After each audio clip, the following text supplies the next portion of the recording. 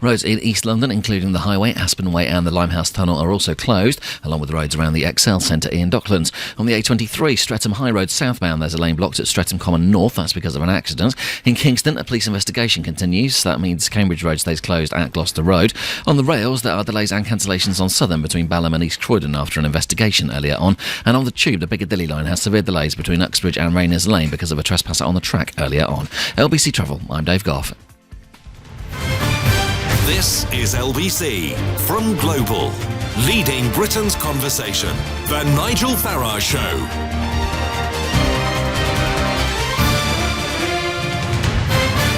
Good morning, everybody. The stunning weather continues, and England cricket fans can't believe we've managed to beat India in the first Test match. So it's all good news. Until, of course, you talk about Brexit, which won't go away even in the dog days of August. And this morning, Liam Fox saying he now thinks there's a 60-40 chance of a no-deal Brexit. And this morning, I want to ask you, do you now think that a no-deal Brexit is a reality? And if you think, yep, we're going to crash out, we're going to fall over the edge of a cliff, it's going to be a disaster, call me on 0345 6060 973. Or actually, you may say, do you know what? This is the best thing that could happen. The Chequers deal was a disaster. It was Brexit in name only. Let's just get out and start our lives all over again. If that's how you feel, text to 84850. Or maybe you think, actually, with the right leadership, a deal may still very well be possible. And if that's how you feel, tweet using the hashtag Farage and LBC at LBC. And, of course, watch us on Facebook and comment there too. Now, earlier on this morning, I spoke to Stuart Jackson, the former Tory Member of Parliament for Peterborough and one of David Davis's most senior aides in the Brexit department. I started by asking Stuart whether post-Chequers he himself had wanted to stay in the job or had considered walking out. My position was that I was happy to continue to serve. I always assumed that when David went, I would go, because we'd worked very closely together, both when I was his parliamentary private secretary and in 9 Downing Street when I was his chief of staff. But I was asked by his successor, Dominic Raab, to continue. Yeah. I had some qualms about that because I wasn't happy with Chequers, to say the least. I thought Chequers was an abject capitulation. I wasn't happy with the downgrading of the role of the department to be effectively a civil contingency mini-department and all the negotiating arms stripped out and placed in 10 Downing Street in the Europe unit. Was that downgrading continue? Was that downgrading clear to Dominic Raab when he accepted the post, in your opinion? I think there had been some media speculation that it would happen. I think it was part of the sort of what I've called the silent coup d'etat that culminated on the 6th of July with the Chequers Accord. That part of the deal would be that there would be a land grab by the number 10 Europe unit to take all the negotiating resource in-house and downgrade the department. So in answer to your question, I was willing to continue. He asked me to, but I would have found it difficult, if I'm honest, to do so because of the changed status of the department. And obviously it was academic because it was blocked by number 10 who said that they didn't want me on the premises. So I went different ways. I mean, you're a Brexiteer, Stuart. You and I shared platforms together in the referendum campaign. Yeah. Who in number 10 is driving the strategy? Who in number 10 is the person that says, that Jackson chap, we're blackballing him? Well, I'm reluctant to name names without evidence, but clearly I didn't always see eye to eye with the Director of Communications, Robbie Gibb, and with Gavin Barwell, the Chief of Staff.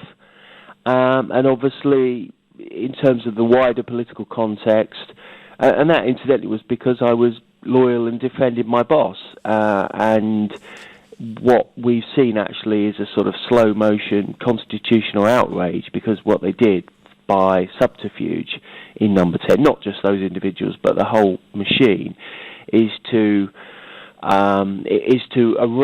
get to a position where you had a policy which no one had supported or voted for, which is obviously the Chequers capitulation. And I think on the wider issue is, of course, the senior civil servants who've never reconciled themselves to the fact that the British people have decided that we're leaving the European Union, and the electorate have decided they'll support parties that will give effect to that. And, of course, the sort of deep state senior civil service cannot cope with that and wish to thwart it. So Mrs May is surrounded in Downing Street by people who do not want a clean Brexit to happen. Do you have any thought as to what her mind is on Brexit now? Well, it's difficult to know because you judge people isn't it? You judge people by their actions and their words. Her words have been pretty fixed and unequivocal. Yeah. So at Lancaster House, she did outline a very positive, forward-looking and ambitious plan for a free trade agreement, and all that entailed, what we called a Canada Plus, and that's what we were working on. She reiterated that in Mansion House. She campaigned on that in the general election, and she frequently mentioned it in the House of Commons. That said, what we got was this sort of half Brexit in name only, with a common rule book, continuing ECJ jurisdiction, no deal for services, this crazy customs partnership, which is not going to be accepted by the EU and certainly not by many people in the Commons. And, of course, we're going to have to pay a bill of up to £40 billion for the privilege. So what she said and what she's actually come up with are completely different things. Do you think she secretly really wants us to remain in the European Union in everything but name? Well, I've described her before as like a woman that's taken home a rather awkward IKEA cabinet, and she's exasperated she can't put it together. And that's her sort of attitude to Brexit. It's a problem that she needs to solve. And you need, a bureaucratic, mechanistic mindset like hers to sort of solve the problem. And in some respects, of course, she's very... She can be, on one hand, quite obdurate, but she's very focused, she's very committed to public service, she's very resilient, and I think you do need that skill set. But you also need someone who's absolutely positive, has vision, belief, and in principle supports Brexit, and I very much doubt whether she's in that category. Yeah. I mean, in effect, with what she's done at Lancaster House, as you say, laying out a vision for Brexit that Stuart had me cheering her words on this LBC radio station, with the manifesto that she produced and asked people to vote for, and now given what she's done, is Mrs May betraying Brexit voters? Well, I think a lot of Conservative supporters are very angry. I don't think the parliamentary party in Parliament knew, probably until they got back to their constituencies, and they're probably not there now, they're on holiday, which is fair enough, but when they actually come back from holiday at the end of this month and early September, I think they will see the sort of Alex Ferguson-style hairdryer treatment that they're going to get from senior people in their party, people on whom they rely to get elected, and those people in marginal seats with majorities under, say, 5,000 or 6,000 are going to clearly understand that if those people go on strike, or they shift to a potentially rejuvenated UKIP, which could happen, then the Conservative Party is in very serious bother. And were it not for the appalling leadership of Jeremy Corbyn, if the Labour Party had a decent leader of the likes of Blair circa 1994, the Conservatives would be 10 or 15% behind the polls at least. But let me ask you, Stuart. That is the position for Conservatives. But what do you think? That is the decision they've got to take. But what do you think? Do you think, effectively, Chequers is a betrayal of the Brexit vote? Yes, I do. I can't be equivocating on it. I don't think it's what people voted for.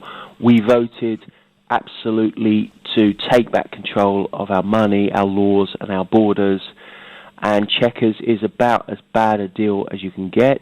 It backed us in where we were a year or so ago. We were ready to go on legal text for the backstop for the Irish border.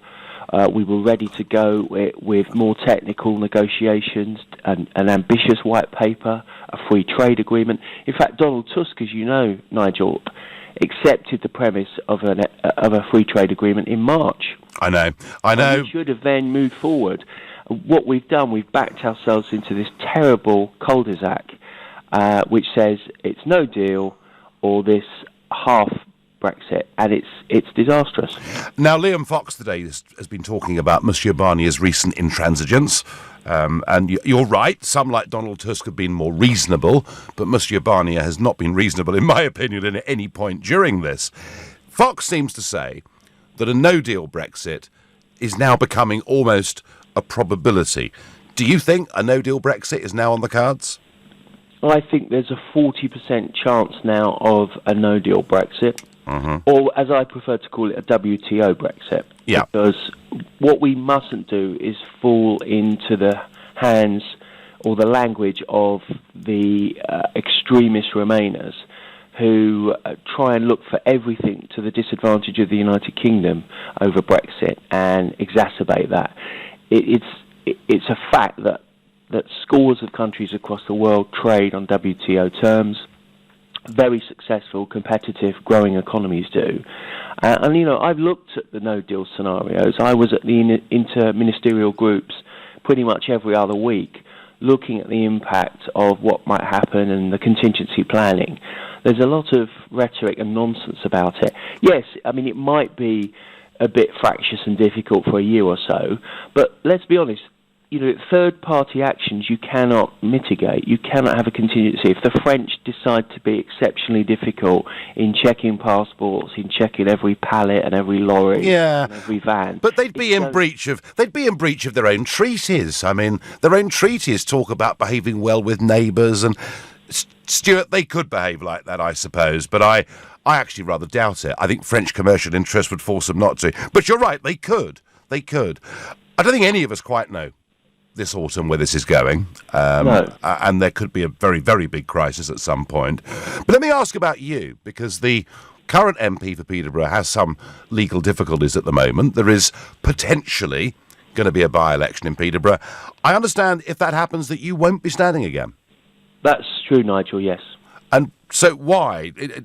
Has life in Parliament sort of dismayed you so much? No, I've fought the Peterborough constituency 5 times in the last 17 years, won 3 and lost 2. I had a good run, but I do feel it's now time for someone else to carry the banner forward and try and win the seat. Obviously, I was very disappointed to lose. I didn't expect to lose, like many Conservatives. 33 of us lost our seats in the general election last year.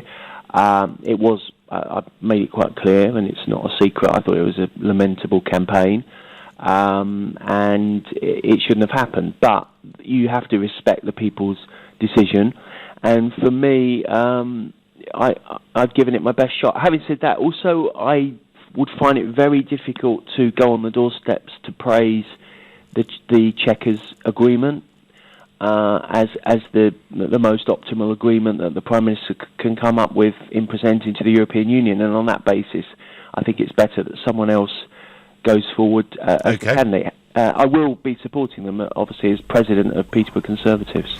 Well, that was Stuart Jackson, former Tory MP for Peterborough, and, of course, very senior aide to David Davis, using very strong language, describing Chequers as an abject capitulation. And when I asked him, is the Prime Minister betraying Brexit voters? The answer was yes. Strong stuff. Now, there could be a by-election in Peterborough. We don't yet know. The local MP is in some legal difficulties. He said he would not stand in that by-election because he could not stand, basically, for the Conservative Party on its current Brexit trajectory. But I was astonished this morning. Turned over the newspaper, got to page 2 of the Sunday Times. There's a big headline: Farage eyes pro-Brexit seat in bid to become MP. Apparently, I've been discussing with close colleagues the prospect of me standing in the Peterborough by-election if it comes along at some point this summer. I'm going to tell you whether that is true or false. But for now, you're listening to the Sunday edition of the Nigel Farage Show here on LBC, and it's 19 minutes past 10. LBC at the weekend. Majid Nawaz. Unless you believe in total and absolute open, borderless societies, then surely somewhere a line needs to be drawn. But wherever you draw it, it's going to cause misery. If we try and be empathetic on an immigration policy, it encourages, through trafficking, thousands of more people attempting to come into the country, which basically results in even more misery. Leading Britain's conversation. Majid Nawaz. Today from 12 on LBC. Last year in England, more than 250,000 workplaces took on an apprentice. I'm here with Oliver Mangum from Fairfield Control Systems to find out how apprenticeships have benefited their business. We had a skills shortage and we had to come up with a creative way of finding more engineers. The benefits of apprenticeships are massive, just from the boost in morale, the retention rate, and the skills they bring into your business. And without the apprentices, we just won't be able to achieve our goals. For me, it's a no-brainer. To find out how apprenticeships can work for your business, phone 08000 150 600 for free advice, or search Hire an Apprentice. It's here, but not for long. Existing and new customers can get Sky's best ever offer on Sky Sports and Entertainment, both in stunning HD. Enjoy over 500 epic live football games and indulge in award-winning shows on Sky Atlantic, all for only £40 a month, saving you over £350. But this offer won't last long. Search sky.com. £20 standard setup for new Sky TV customers. Kit loaned at no cost. New 18-month minimum terms requires HDTV. Saving based on 18-month minimum contract versus £64 per month out of contract. Every Tesco steak is at least 21 day matured for tenderness, so it's rich and dripping with flavour. Picture it now. Apparently you can taste with your eyes. You've just discovered how to taste with your ears. Food Love Stories, brought to you by Tesco. At Honda, when we have one good idea, we keep going until we find another one. Like parking sensors and a rear parking camera for those tight spots, or lane departure warning to keep you on the straight and narrow. Some ideas give you more Honda for your money, like our £1,000 test drive incentive. And some give you peace of mind, like 5 years servicing for just £599 before 31st of August. So visit your local Honda dealer where you'll find all these good ideas and many more besides. Terms and conditions apply. The Premier League is back. Free inside every copy of this weekend's Mail on Sunday. Get your giant, super glossy, double-sided Premier League wall chart. Every club, every game. Free giant Premier League wall chart. Brought to you with Sky Sports. Only inside this weekend's Mail on Sunday. We are here every day and every night of every year. From newborn to old age. We never panic. We take a pulse, agree a plan, make a cuppa. We're doing our rounds, making our visit. We are Michelle, Adam, Alfie, Frankie, Yvonne. And at 3:49 this morning, we were Maisie too. We are the NHS and we are recruiting now. Search nursing careers. The Nigel Farage Show on LBC. Call 0345 6060 973. So, according to Caroline Wheeler, the deputy political editor of the Sunday Times, I am eyeing up the pro-Brexit constituency of Peterborough, and that if there is a by-election, I may well stand, according to sources close to Mr. Farage. Well, all I can say, Caroline Wheeler, is I don't know who your sources are, but you got the wrong ones. You could have always phoned me if you'd wanted to. I suppose it's a good story, and it's a bit of fun, but it's completely and utterly untrue. In fact, Donald would call it fake news. OK, moving on. Are we headed for a no-deal Brexit? Is that a good thing? Is that a bad thing? What does no deal actually mean? Can I just be clear about one thing from a Brexit perspective? We voted for independence, not for a backroom deal done with Monsieur Barnier. And there is no deal with Monsieur Barnier, if dictated by him, that would allow us to break free of the European Union's rulebook. This is what he believes in. Remember, folks, I went and sat with him for an hour on the 8th of January this year, just to get completely clear where his mind was. Whether we're in the European Union or out of the European Union, the one thing he's absolutely determined to do is to make sure we're not allowed to have a different set of rules, what I would call a competitive advantage. Do I want a deal? I want a WTO deal. You know, if the European Union are not prepared, and let's have one last go. Let's have one last go. Let's go to them and say, look, we've wasted our time, frankly, for the last couple of years. We're getting nowhere with this. We're quite happy to have a Canada-style free trade deal with you. After all, they're offering one to America at the moment. They've done one with Canada. The American one could even include financial services. So they'll do trade deals with other people around the world, just not with us, despite the fact they sell us nearly £100 billion of the goods every year more than we sell them, despite the fact they call us Treasure Island, because there are 5.5 million jobs in Europe directly linked to selling goods into this country. We have an incredibly strong negotiating position, if only we recognise it. So let's have one last go. Let's say, right, let's have a Canada-style trade agreement. Let's get it sorted out in the next 10 weeks. Let's all know where we are. If you're not prepared to even countenance that, then we will be leaving on the 29th of March next year at 11 p.m. UK time, and we will have a WTO deal. What does that mean? This use of the word no deal is misleading. It's language dictated by Remainers to make us feel like we'll be falling off the edge of a cliff. We won't.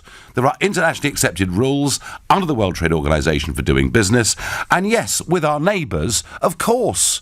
We've got to sort out healthcare. We've got to sort out how aeroplanes land in each other's countries. We've got to do things that any normal set of neighbours would do and do all around the world. It is not beyond the wit of man. It is not difficult. But I just feel that the whole Brexit debate has moved. We voted to leave the European Union. We voted to be free, to take back control of our money, our laws, our borders, and we're bogged down discussing the details of a deal, which the establishment tell us, if we don't stay pretty much as we are, would be a disaster. How do you feel? How does Margaret, a new caller to this show from New Ash Green in Kent, feel? Good morning, Margaret. Good morning, Nigel. How are you? I'm well. I'm frustrated with Brexit. I mean, goodness gracious me. But other than that, I'm loving the weather and trying to enjoy the summer, Margaret. What about you? Jolly good, exactly the same. Good. My question would be to Theresa May, Miss Kittenhills as I call her. Right. Why on earth was there not preparation done from the very beginning for no deal? I mean, with all these checkers... Yeah. Do everything. Yeah, an awful lot of sense. And some... Margaret, that line's rubbish. I'm going to get you back on the line. Simon is calling from Basingstoke. Good morning, Simon. Yes, good morning, Nigel. I think we're looking at this too negatively, because I think, given how compliant Theresa May has been, I think she has proved definitively that there is no deal to be done with Europe. Basically, every red line she's described, she's allowed. She's given concessions to the European Union and said, "Okay, we'll do what you want to do," and they still don't want to make a deal. So, I think what we need to do is we need to make it clear that we're done negotiating, and that we will leave on WTO rules. And there are huge benefits to us if we do that. That the recent Amazon's corporation tax scandal, the day we leave, we can end the tax treaty with Luxembourg. Simon, isn't this interesting? Isn't this interesting? Never once do I hear those in favour of remaining in the European Union ever make the argument that it's because of the European Economic Area tax rules that any company can choose to pay corporation tax in whatever country it wants. And you're right, Simon. Leaving would give us back tax sovereignty, and we could start charging Amazon more money, couldn't we? We could, and also we would be collecting the WTO tariffs, the EU tariffs on non-EU country imports. We currently send 80% of that to the European Union. So, and I think you should raise that. Next time someone accuses you of overestimating the amount of money we sent to Europe, in fact, you didn't. You underestimated. OK, no, I get the point. Simon, thank you. And Simon there is not scared of the WTO option. Rob from Bolney says, we voted to leave the EU. No deal is right up my street. Get on with it. Peter in Lancing says, does no deal mean no divorce settlement? By which he's talking, of course, about the £40 billion that for some reason Theresa May has promised to the European Union. There are better things we can spend our money on. Paul is a new caller from Northwich in Cheshire. Good morning, Paul. Hi, Nigel. So, is no deal a realistic possibility in your view? No. OK, explain why. Well, Theresa May's got no intention of leaving the EU. I mean, the Cabinet now is the most pro-Remain cabinet you could possibly have. And what's the purpose of staying in the EU? It's collapsing anyway. Well, it's certainly got its problems, Paul. But we've, when you hear Liam Fox saying there could be a no deal, do you think he is truly representing the Prime Minister's mind, or this is all just a front, and actually they're going to cave in further in the autumn? I couldn't see it not being a front because there's no will there to leave the EU. No, Paul, you've made that point with great clarity, and Paul is right. The Prime Minister doesn't believe in Brexit. She can't even say today she believes in Brexit. I do not believe that with Mrs May as Prime Minister that we will leave the European Union on WTO rules. I think Barnier will make things harder and harder for us, and I think if Stuart Jackson, former MP for Peterborough and aide to David Davis, if he described what happened at Chequers as an abject capitulation, my view is, all the while she's Prime Minister, you ain't seen nothing yet. There's going to be an even bigger surrender at some point in September or October. You're listening to the Sunday edition of the Nigel Farage Show here on LBC. It's now 10:30 and time for the news with Lisa Aziz. The International Trade Secretary says the intransigence of the European Commission and Brussels is pushing the UK towards a no-deal Brexit. Liam Fox has told the Sunday Times the chances of not reaching an agreement are now around 60-40, despite both sides saying they want one on the terms of Britain's departure. South Wales Police has confirmed 3 men have died after a crash between a car and a lorry. Officers were called to a collision between a Ford Focus and an HGV in Cardiff at around 4 this morning.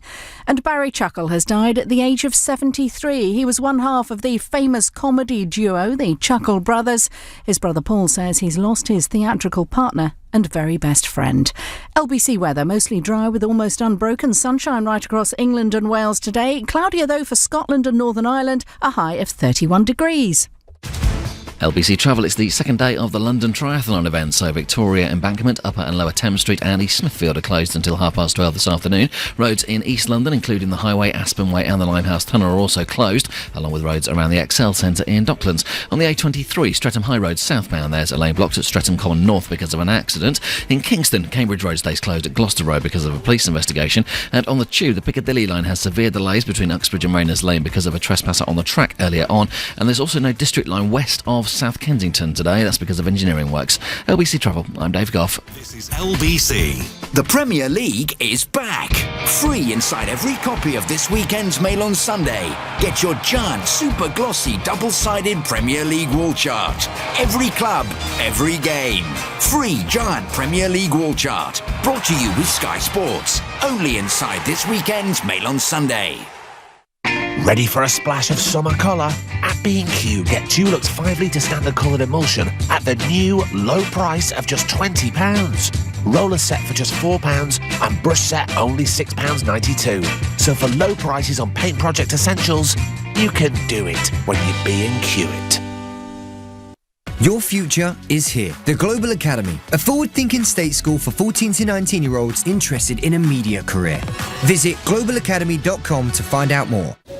This is the final call for passengers Emily and Oliver travelling on flight FR114 to Mallorca. Emily, it'll be fine. The flight is only 2 hours. Surely you won't miss a call in that time. No. I knew it was a bad idea. I mean, who even enjoys a week in the sun? I say we jump back in the hatchback and have a camp out in the living room. Don't let FOMOB get in the way of your summer holidays. eReceptionist can manage and divert your calls, meaning you never miss an important opportunity. So start your free 30-day trial now and fight the FOMOB with ereceptionist.co.uk. T's and C's apply. Free trial cancellation required to avoid charges. Come on, give us a hand with the shopping. Or can you put the ice creams away? Of course. At your local Co-op, you can get a pack of 4 rich Magnum Classics for half price. That's just £1.84. In the freezer? Not your mouth? They were melting. Really? Subject to availability. See in store for details. Is your money working as hard as you do? Think about it. While you're grafting away, is your money working too? No? Then it's time to Wealthify. Wealthify is the smart, easy way to start investing. Just say how you want to invest. Cautious? Adventurous? Somewhere in between? And let Wealthify do the rest. Then keep track of your money on the app. Easy. Isn't it time for you to Wealthify? Download the app or visit wealthify.com. With investing, capital is at risk and you could get back less than you put in. Through to the last quarter of the lap. Crutchlow has the advantage. Ferocious hitting from Williams. Warrington is going after him now. And then MotoGP, WTA, Championship Boxing, exclusive UEFA Champions League, plus loads more. Take them all on with BT Sport. Be there, BT. The Nigel Farage Show on LBC. Is a no deal with the European Union becoming more likely? Is it realistic? Could it actually happen? Tina says, May has been saved by the summer recess. I bet she's using this time to tie us further into the EU. Well, I'll tell you where she has been. She's been to meet President Macron. And they had a 5-course dinner and they were there at his summer retreat. It all looked really rather lovely. And I've no doubt being in the south of France was nice, although even hotter, of course, than it is here. If she thought that Monsieur Macron was going to break away from the Barnier doctrine and start looking to negotiate separately with the United Kingdom, she got it completely wrong. As Lord Ricketts, our former French ambassador, said, Macron was the last person to want to break ranks. And I think Ricketts is absolutely right. If she seriously wanted to try and split the European Union, she'd have gone to Rome. She'd have gone to meet the Italian government. If she wants some introductions, I can certainly help her, because they strongly want just a sensible free trade deal with the United Kingdom. The Italian economy is very, very weak, and they're worried. They're worried about losing access to our markets. Barnes says the UK must leave the EU with no deal. Any ties at all will lead to us being drawn back in the future. Well, that's certainly the Brexit I voted for, one where we're free to do our own thing. We're making a terrible hash of it. Is it too late for a sensible trade deal of some kind to be done? One that we put on the table and say to them, take it or leave it. Mark is a new caller from Halifax. Good morning, Mark. Good morning, Nigel. How are you? All right. Do you think it's possible, under Mrs May's leadership, that there could be a no-deal Brexit? I believe that there should be a no-deal Brexit. We've gone past... Basically, we are called Great Britain. We were called Great Britain. And now we're a lapdog state of Europe. And basically, we can get a deal with Europe. I do believe we can, if we take the deal what Europe want, not what we want, what's best for this country. Mm-hmm. There was a referendum, and it was voted to come out of Europe, and we should be doing that. The problem is we're not fighting enough. We won 2 world wars, and at the end of the day, we have got it in us. And, Europe need us, actually, as more as we need Europe. If you had somebody like Trump doing the deal... Wow! He does deals. He goes around the world. Isn't it remarkable, Mark? Isn't it remarkable that Trump talks tough about Europe, says I'm going to put tariffs on. The German car industry goes into a state of blind panic, as does much of the rest of European manufacturing. Before you know it, they've chucked Mr Juncker on a plane, he's gone off to meet the president, and it ends up with a little press meeting where they say we're going to aim ultimately for 0 tariffs. Trump has shown us, Mark, that it can be done. Yes, yeah, and that's the problem. I just believe that Europe think that we'll just back down, and that where we are behaving, I think it's a high possibility. But if at the end of the day, politicians, as what you well know, are not always liked. That's okay. That's great. But you've got to have belief in them. I'm a Margaret Thatcher fan. You know what I mean? Like her or loathe her. That's your choice or anybody else's. At least you knew where you stood. Yeah, no, You Mark. knew where she stands. Mark, I get that. I get that. Moving on. Thank you very much indeed. Steve from Aylesbury's got a tongue-in-cheek suggestion. Serious situation. Let's get in the UK's renowned expert on who's used to dealing with this exact situation, Noel Edmonds. Thank you, Steve. If the WTO was bad, the world wouldn't use it, says Sean from Tolworth. Ian says, Nigel, what deal would you actually seek? Ian, one last attempt. Let's not have them dictating to us. We have got a very, very strong hand here. Let's say to them, right, you sell us an awful lot of stuff. It's great for you, but we do actually believe overall in free trade between countries that are relative equals. Here is a Canada-style deal. Can we talk about doing this before the end of this year? If not, we're not going to waste our time anymore. This civil servants Brexit, this negotiation between you and Ollie Robbins is ended. We're now going to have a people's Brexit.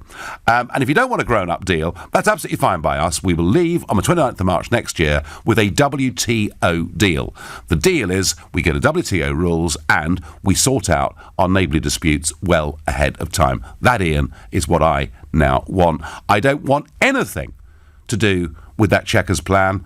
It's not me saying it. Stuart Jackson said it is a betrayal, and that's exactly, if you're one of the 17.4 million people out there that voted Brexit, that is exactly what Chequers is, I'm sorry to say. Simon is a new caller from Sidcup. Good morning, Simon.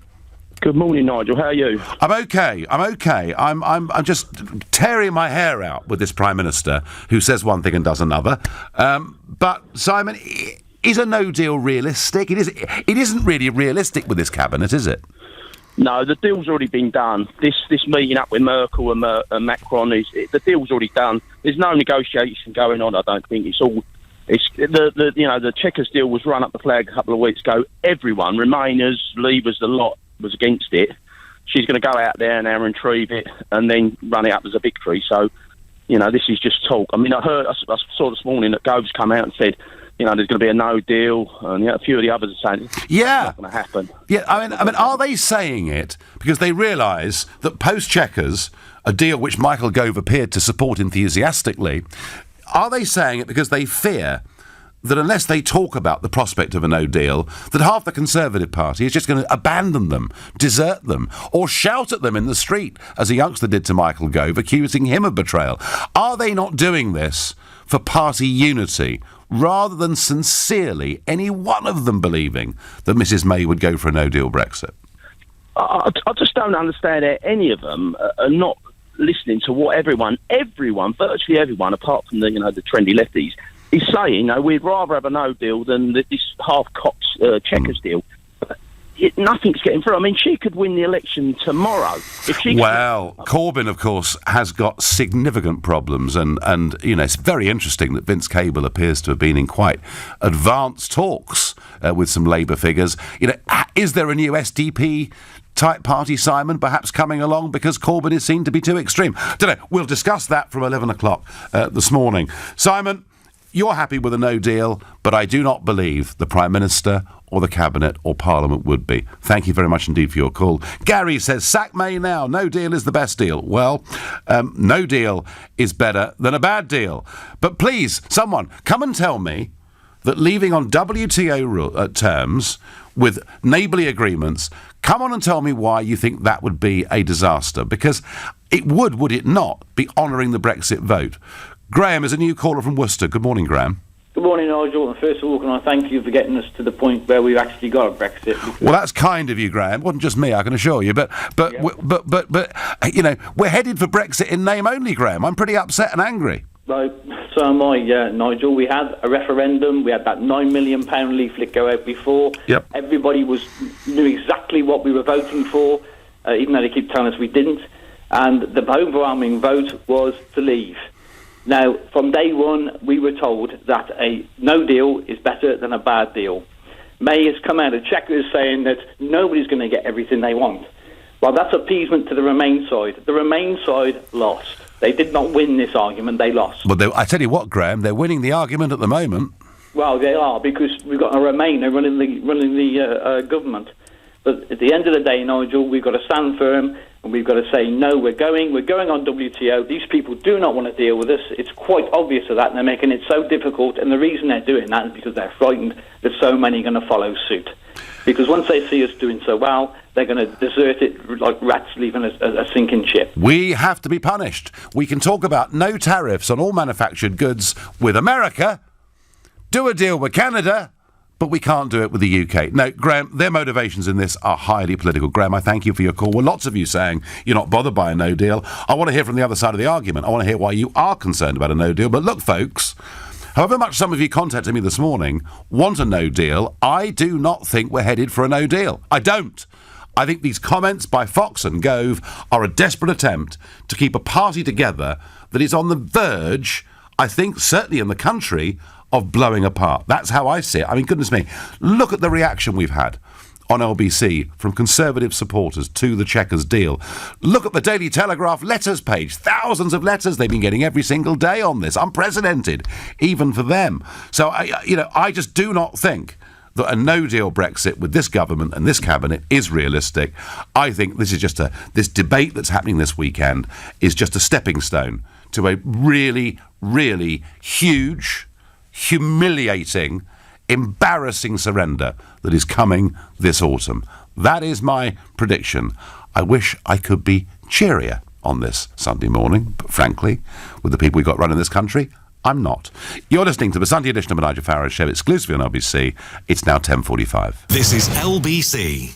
We are here every day and every night of every year.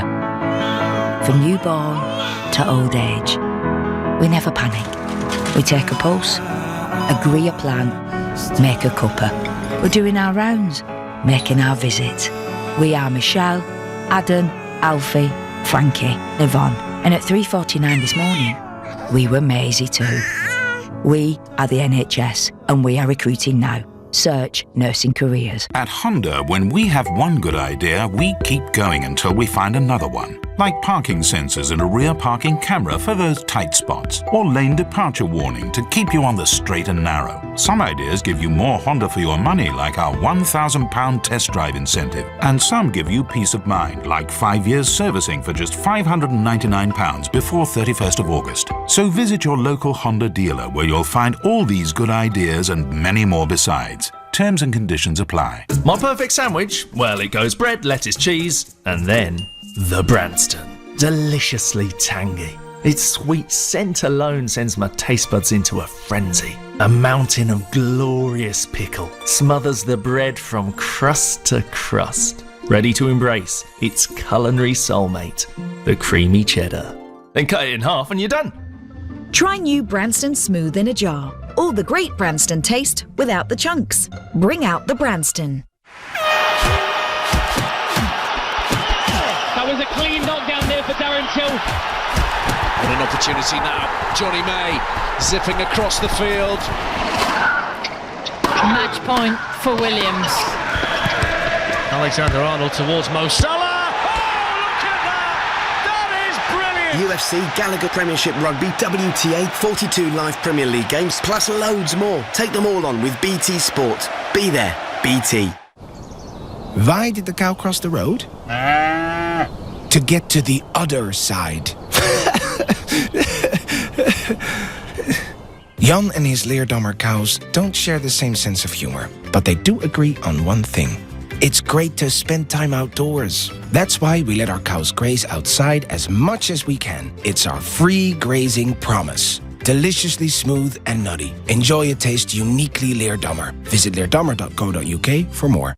The Nigel Farage Show on LBC. Call 0345 6060 973. Is a no deal now a possibility, as some cabinet ministers are beginning to suggest? I don't think it is a possibility with this government. Some of you so far have said you're quite happy with a no deal. You voted for us to leave, and let's just leave. And in many ways, you're right. However, there has to be a deal of some kind, folks.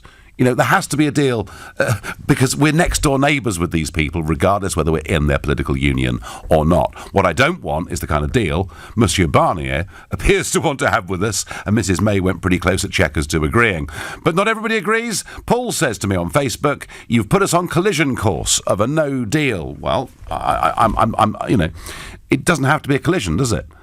Just a good neighbourly agreement. We move on with WTO rules, and there are some advantages to doing that. There are some disadvantages too. Of course there are. There always are. You've got to weigh up one against the other. Another Paul on Facebook says, "You have destroyed our country, Farage." Well, thank you, Paul. I haven't destroyed it. I've tried to make it a proper country. Do you know something, Paul? Proper countries make their own laws, control their own borders. That's what countries are. Proper countries don't let a bunch of old men in Brussels that you can't vote for and can't remove make all the rules. I just want us to be a normal, proper, self-governing nation that gets on with its European neighbours. If you think that's destroyed the country, of course you're free to think that. But I would like to think, Paul, I want to make it a proper country.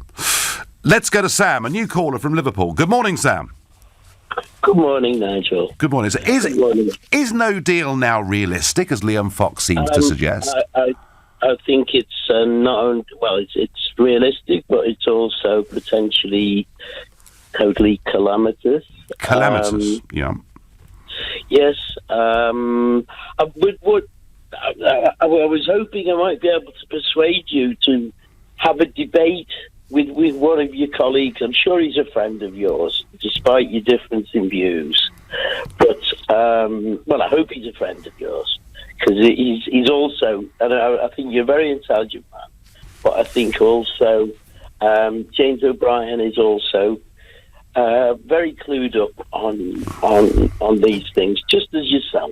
I know he has exactly the opposite view, but I think that he'd be much better than myself at explaining why. Well, Sam, he has 3 hours every day where he can put his view, or 5 days a week, and he does do that. There's no question about that. Yeah, no.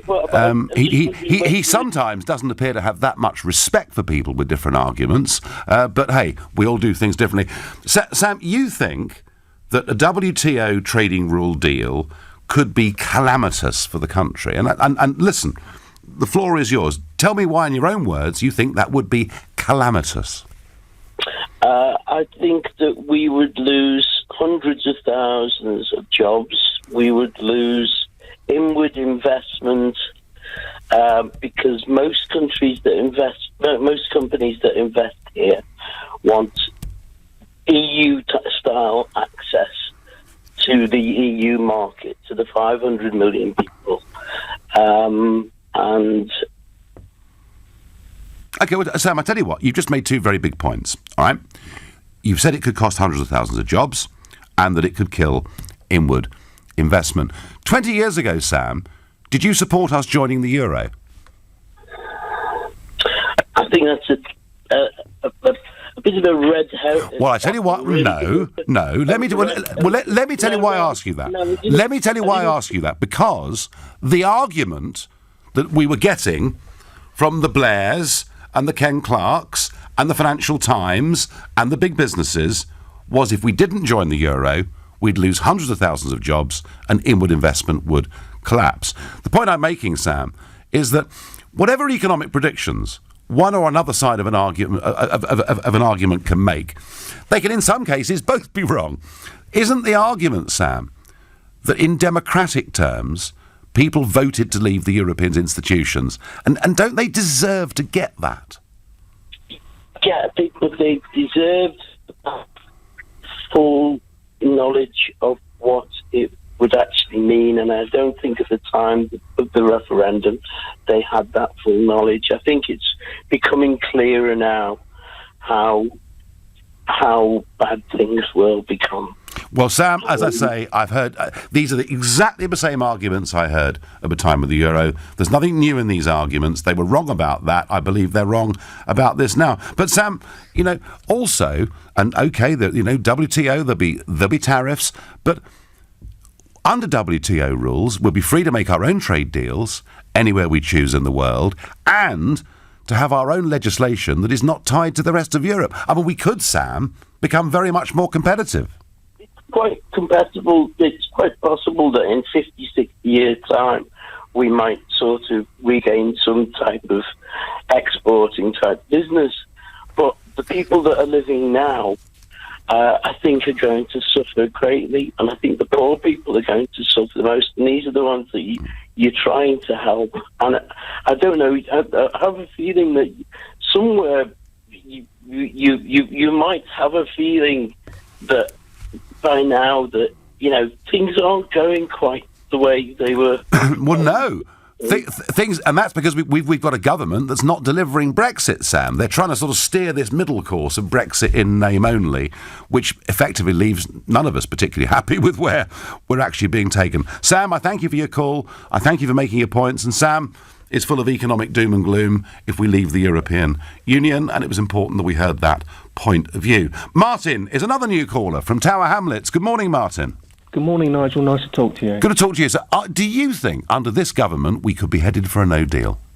Well, I think Liam Fox's announcement was more directed at the EU. For me, the biggest threat is about Article 50 being extended along with the transition period. Yes. And I think this is a major headache for most parties, isn't it? And I think if they could kick it into the long grass until after the next election, I think that would be a hell of a temptation for them, isn't it? Well, that's my prediction, Martin. My prediction is that come the autumn, we'll make yet more concessions, we'll be humiliated further, but there will be a massive establishment attempt to say, time has now run out, and this, of course, suits Barney here beautifully. Time has now run out. We can't do anything before March the 29th. It's technically impossible. We must suspend Article 50. And that, I think, Martin, is going to be the big campaign of the autumn. And I totally agree with that. And I think, you know, everyone, you know, Project Fear, a lot of people are buying into Project Fear. Your last caller is obviously an example of that. But what's so wrong about WTO? Because most of our trade is outside of the EU, and we seem to manage quite well. So what's the problem? I'm going to Southampton this afternoon, Martin. I tell you what, there'll be no shortage of containers coming into Southampton this afternoon from China. There'll be tens of thousands of them. And, hey, they're doing quite well, aren't they? Exactly. And these EU markets, they're not going to walk away from us. They need our trade. You know, we're a valuable market to them. So that if they don't do it through the EU, they'll do it through WTO. We are a valuable market. We are Treasure Island, Martin. Exactly. And most of our trade is outside of Europe anyway, and we manage quite well. So I'm afraid this Project Fear, a lot of people are buying into this Project Fear, and it's very misleading, and I think politicians are being very dishonest. They want to kick this into the long grass because it's a problem for all of them. And delay it. But Martin, your point that it would suit them all to kick it beyond the next general election is a very shrewd political observation. I thank you for it. Anthony on Facebook says, WTO would be a disaster because it means a hard border in Northern Ireland. Does it, Anthony? Why? Why can't we have trusted trader schemes? Why can't we ask people who are selling us goods from Northern Ireland just to register online what those goods are and to pay the appropriate tariff? Do we distrust the Dublin government so much? Do we think they're going to become international smugglers? I don't actually believe that. There is no need for a hard border. And by that you mean troops, along the Irish border. The images that we remember from the Troubles. There's no need for any of that. Let's go to Steve in Maidenhead, another new caller to this show. Good morning, Steve. Hey, Nigel, how you doing? Morning. I'm fine. I mean, a lot of people seem to be unconcerned by no deal, which says to me that when they get Project Fear, whether it's Mark Carney from the Bank of England or Peter Mandelson or whatever it is, they just don't believe anyone anymore. Absolutely. I absolutely have no belief in anything. They've cried wolf so many times. So unfortunately, I mean, that Project Fear side of things for me, it's why bother? I mean, at the end of the day, they're just trying to fear. I spoke to a friend of mine about this a couple of days ago. The sad thing is, he's sort of fatigued by all this now. He's almost like, I can't be bothered with Brexit anymore. Which I wonder if that was the aim all along. I think that is quite a tactic, isn't it? Just to grind us down with daily negative news stories, which is what we get from the Remain campaign, and hopefully people will say, hey, do you know what? This Brexit thing, forget about it. Exactly, and I'm not going to. I said to him, look, get your mojo back. He's going on holiday, he's coming back, and then hopefully he's ready for the autumn. And the thing is that the reason I rang in was on the WTO side of things we talked about. I mean, if May holds her position, Barnier holds his position, we will end up in WTO, because neither at the moment... Yes. Steve, whilst that's true, I just do not believe that's even a possibility with this cabinet, this Prime Minister and this Parliament. Here's the thing, I've got no worries with WTO. There will be hassle in the short term. In the long term, it'll all settle down. This business will then adapt to the new reality, and as business does. So I've got no issues with the WTO. There will be short-term pain, I would suggest, and hassle, but there we go. And if, as you say, then somebody will give, i.e., it's going to be Theresa May, no doubt. Us, Steve. Us. Exactly. We will cave. Sadly, we will surrender this autumn. Sadly, Nigel, you're probably right. I hope I'm wrong. I really, really, truly hope I'm wrong. Thank you, and thank you, everybody, for that. Now, Sir Vince Cable has held secret talks with a former aide to Tony Blair on the possibility of forming a new Lib-Lab alliance to counter Brexit and Jeremy Corbyn, with voters now beginning to turn away from Labour with the anti-Semitism row that never seems to end. Some of them are turning away from the Tories over Brexit.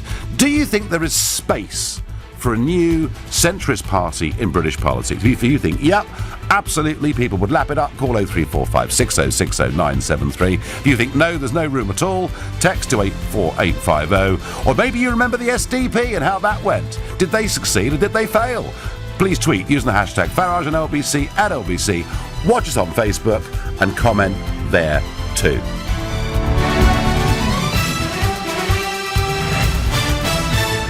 On your radio, on your phone, and here. Play LBC. Leading Britain's conversation. This is LBC. From Global's newsroom at 11 o'clock, the International Trade Secretary claims the UK appears set to crash out of the European Union without a Brexit deal due to the intransigence of the Brussels machine, blaming the bloc's Commission and Chief Negotiator Michel Barnier. Liam Fox has told the Sunday Times the chances of no agreement are now around 60-40, despite both sides saying they want to reach one. Stuart Jackson is a former senior aide to ex-Brexit Secretary David Davis. He's given Nigel his reaction to Dr. Fox's suggestion. I think there's a 40% chance now of a no-deal Brexit, or as I prefer to call it, a WTO Brexit. Yeah. Because what we mustn't do is fall into the hands or the language of the extremist Remainers who try and look for everything to the disadvantage of the United Kingdom over Brexit and exacerbate that. 3 men have died after a crash between a car and a lorry in Cardiff. LBC's reporter in Wales, Steve Francis, has more. Police were called to Southern Way in the city around 4 a.m, where a Ford Focus had collided with the heavy goods vehicle. The 3 men, the driver and his passengers, were rushed to hospital for treatment but died from their injuries. Officers say the investigation's in the early stages. The US military's confirmed 3 NATO force members have been killed in a suicide bombing in eastern Afghanistan. An American soldier and 2 Afghan troops were also wounded in the blast, which targeted a foot patrol. The Taliban's claimed it carried out the attack. The government's announced plans for a new system for organ donation in England, which would see adults having to opt out. Ministers say it could potentially save 700 extra lives every year. Fiona Loud is from Kidney Care UK. It's fantastic to change the law, but we have to have a consistent, continuous public education programme to support that, so everybody can come along with us and can understand what the changes mean, and we must have the right capacity in the NHS to support these precious transplants as well. The veteran comedian Barry Chuckle has died aged 73. His brother and comedy partner Paul says he's lost his very best friend. TV blogger Elliot Gonzalez has told LBC he'll certainly be missed. Growing up, Chuckle Brothers were such a huge part of my childhood. They just sort of brightened up my day and they sort of made me laugh. And they've gone on for years and years and years. They were just always on my TV screen. And a python's been pictured eating a pigeon on a street in East London. Images on social media show the snake wrapped around the bird outside a shop in Leytonstone. It's now being looked after at a nearby wildlife centre. LBC weather, mostly dry with almost unbroken sunshine right across England and Wales. Cloudier though for Scotland and Northern Ireland, a high of 31 degrees. From Global's newsroom for LBC, I'm Lisa Aziz. Hello, the bistro. Hello, can I make a reservation for 2 with meerkat meals for Sunday, please? Oh, of course. Anything else? Yes, another reservation for Monday lunchtime. 2 reservations. Is that all? No, pencil me in for Tuesday, Wednesday and Thursday too. Very well. Meerkat meals. Get 2 for 1 on starters, mains and desserts every Sunday to Thursday for a whole year. When you buy, so compare the market. Simples. Qualifying purchase, equivalent dishes, cheapest free. Participating restaurants, app only. Exclusions and T's and C's apply. LBC Travel, it's the second day of the London Triathlon event, so Victoria Embankment, Upper and Lower Thames Street and East Smithfield are closed until lunchtime. Roads in East London, including the Highway, Aspen Way and the Limehouse Tunnel, are also closed, along with roads around the Excel Centre in Docklands. In Notting Hill, Ladbroke Grove is closed in both directions because of an accident at Holland Park Avenue. In Kingston, Cambridge Road stays closed at Gloucester Road because of a police investigation. On the Tube, there's no service on the Victoria line between Walthamstow Central and Seven Sisters because of a signal failure. And London Overground has severe delays between Richmond and Stratford and between Willesden Junction and Clapham Junction. That's because there's an obstruction on the line. LBC Travel, I'm Dave Goff. This is LBC from Global, leading Britain's conversation. The Nigel Farage Show.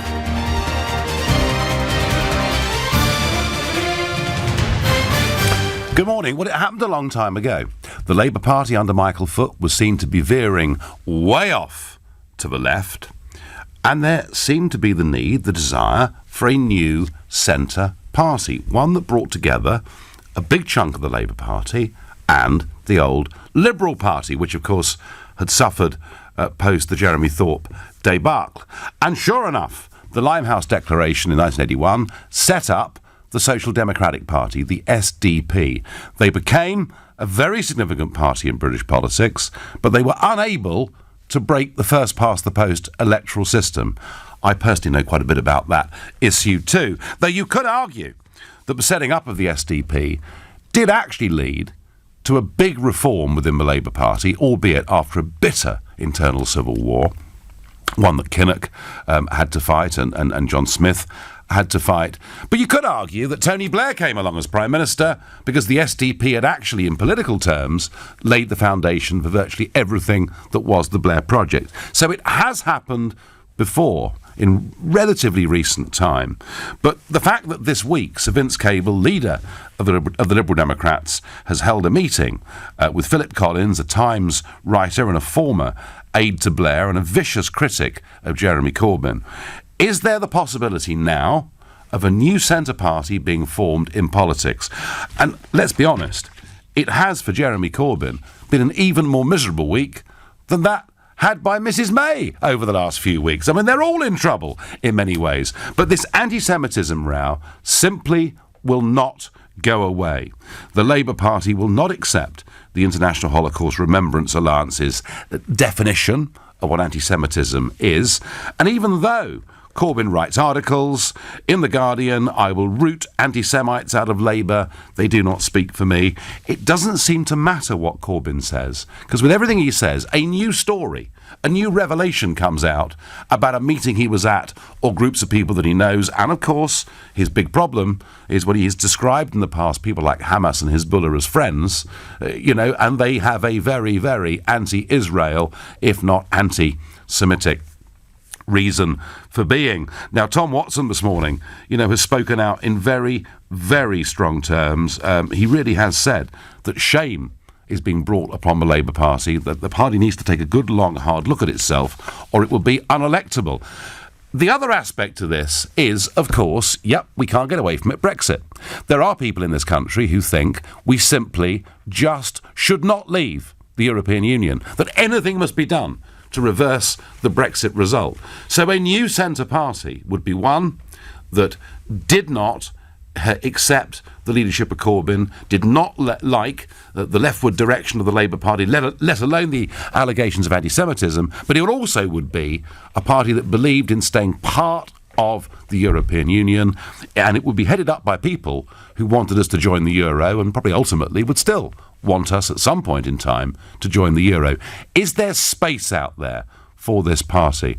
Well, I've always thought there isn't space, because it's always seemed to me that actually the Tory party are pretty centrist these days. That not massive differences on many social policies or economic policies even from the other parties. But I have to say that the trouble that Corbyn is in, the leftward drift, or not even a drift, is it? It's a bit more radical than that. But these allegations around Corbyn, I thought this would all come out in a general election last year. I couldn't believe he got through the election looking like a sort of youth cult figure. I always thought some of this stuff would come back to dog him. I didn't realise it would take so long. I do think, with the trouble Labour are in, there is some room for a centre party. I don't think it would be huge, but it would be a lot bigger than the Liberal Democrats are right now, as they consistently poll 6 to 8%. There's a chunk of Labour who would easily go for this party. The question is, would there be, as there were back in 1981, 4 senior cabinet figures who would make this step? I don't know. Tom is a new caller to this show, and he's calling from Crieff up in Perthshire. Tom, is there room for a new centre party?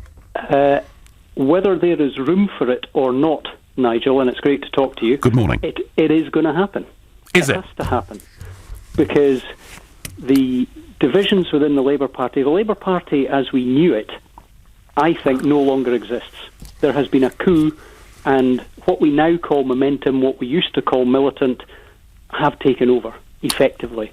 And it suits them very well to have a purge of people so they can get rid of them. The moderate Labour folk, and actually I actually feel quite sorry for those people, because I cannot possibly vote for Jeremy Corbyn, whatever he says now. It doesn't matter if they change the definition on anti-Semitism. We're too late. I look at the man's political record. He is a man who has stood with terrorists and not stood for his own national anthem. That tells me everything I need to know.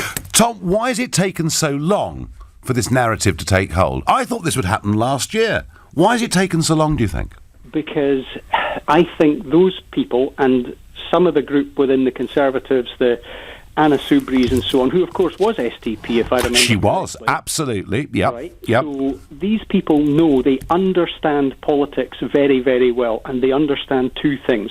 That he who owns the name Conservative or Labour, it doesn't really matter. It's the proverbial pin the rosette on a donkey. And it's the first past the post voting system, Tom, isn't it? That is the other big element. So the new party, if it's going to survive, has to espouse first past the post. They can no longer argue for a referendum on the matter, because we've been there and done that.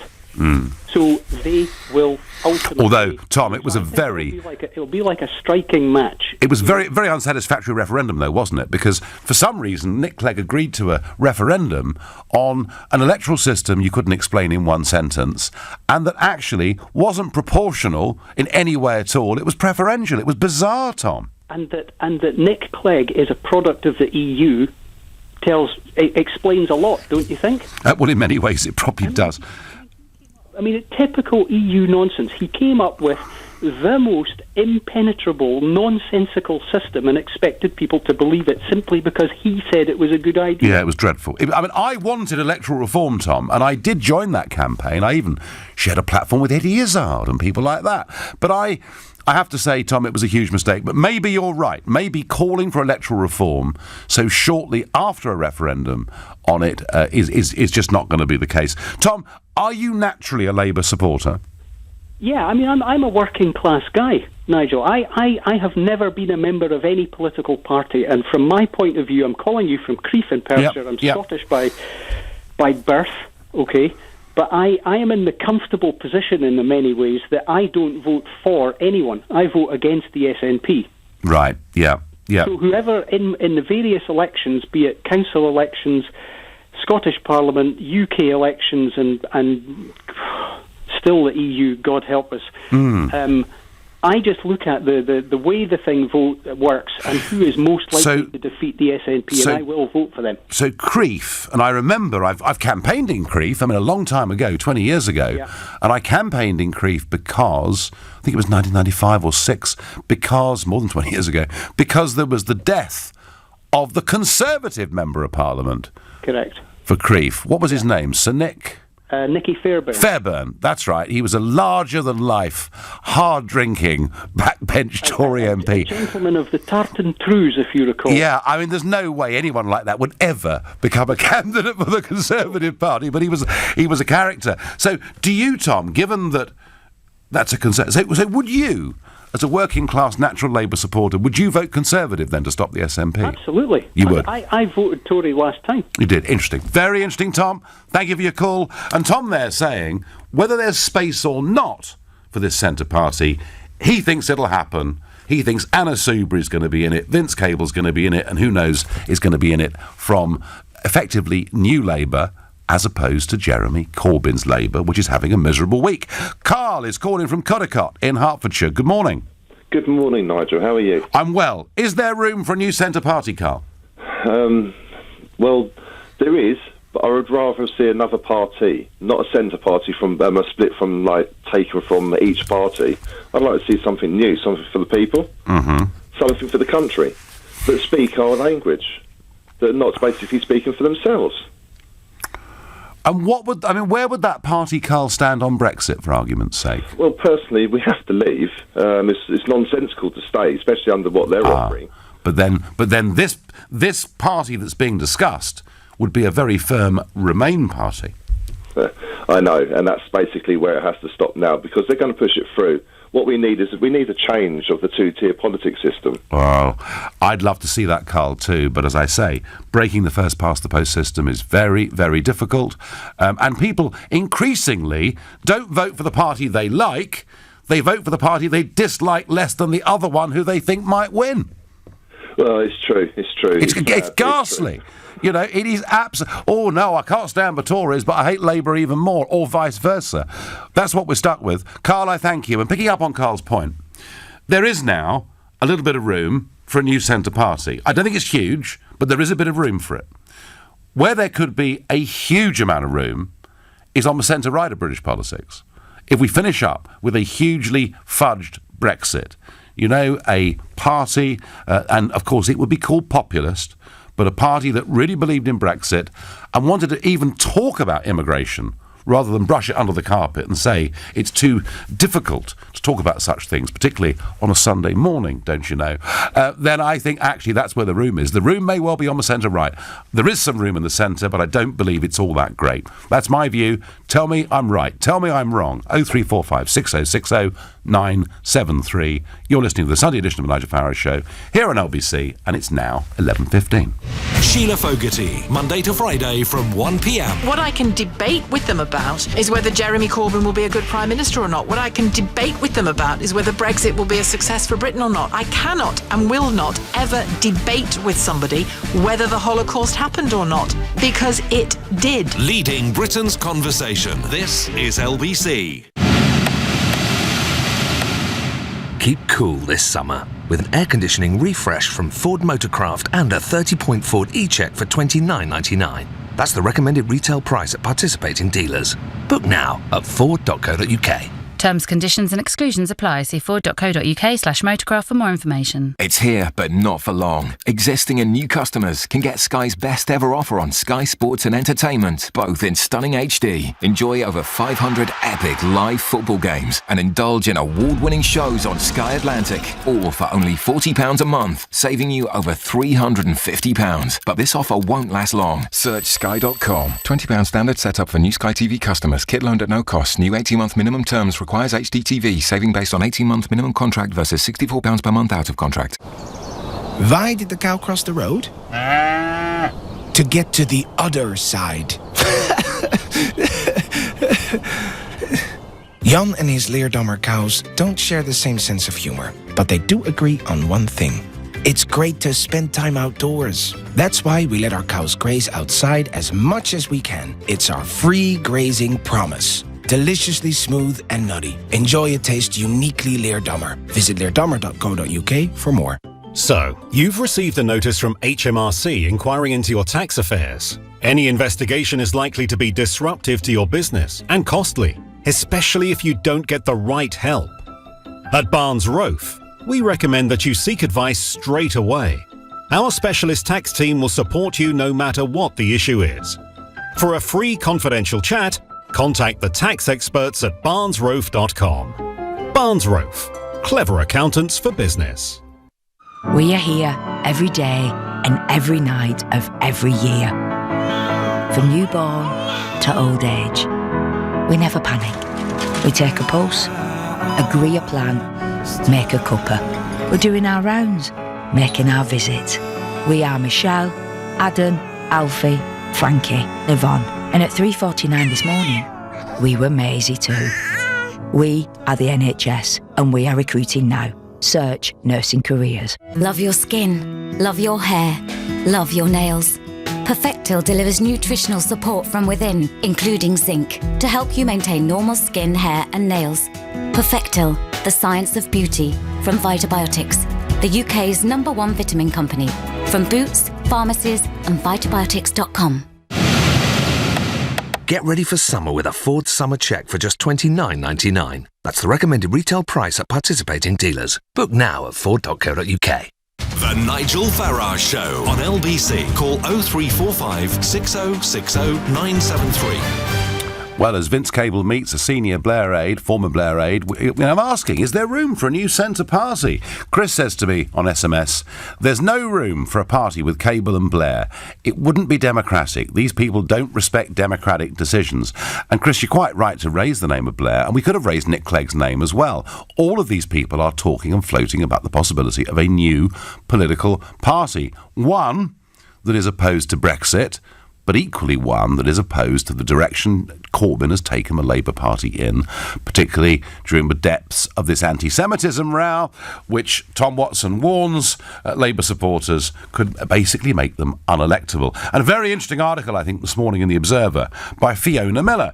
She, former advisor to Sherry Blair, incidentally, she's the wife of Alistair Campbell, who will have to get back on this Sunday morning programme for a good head-to-head on Brexit before too long, because that's always entertaining. But Fiona Miller writes, for 40 years, I've stayed with the party, dark days and all, why I'm now on the brink of leaving. So she sat in the Labour Party, even during the awful years of the 1980s, when the hard left-wing group did their best to take the Labour Party over. They certainly poisoned the Labour Party. And ever look at those clips of Neil Kinnock, getting up at the party conference and being booed by his own people. It was pretty vicious, nasty stuff. She stayed through all of that, but she wants a party that is unequivocally anti-Brexit, and she's really worried, about the anti-Semitism row that simply won't ever go away. What she's almost saying, if you read between the lines, is we fought the extremists back in the 1980s within Labour, but now the extremists are effectively running the Labour Party. So interesting that somebody of that seniority is hinting they could walk away from this Labour Party. I think there is some room for that new party. I don't think it's huge. I think if Brexit continues on its current course, there'll be even bigger room. And Stuart Jackson earlier said, what happens if a lot of Conservatives go back to a rejuvenated UKIP? It's not beyond the bounds of possibility.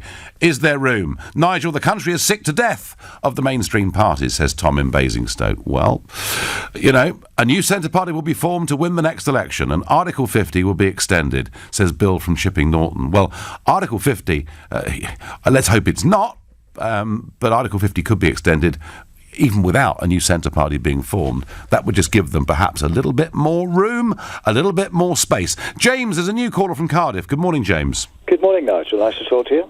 Good to talk to you. So is there room, is there space for this new centre party? Nigel, there's a space for a new party which I think should really take over from UKIP.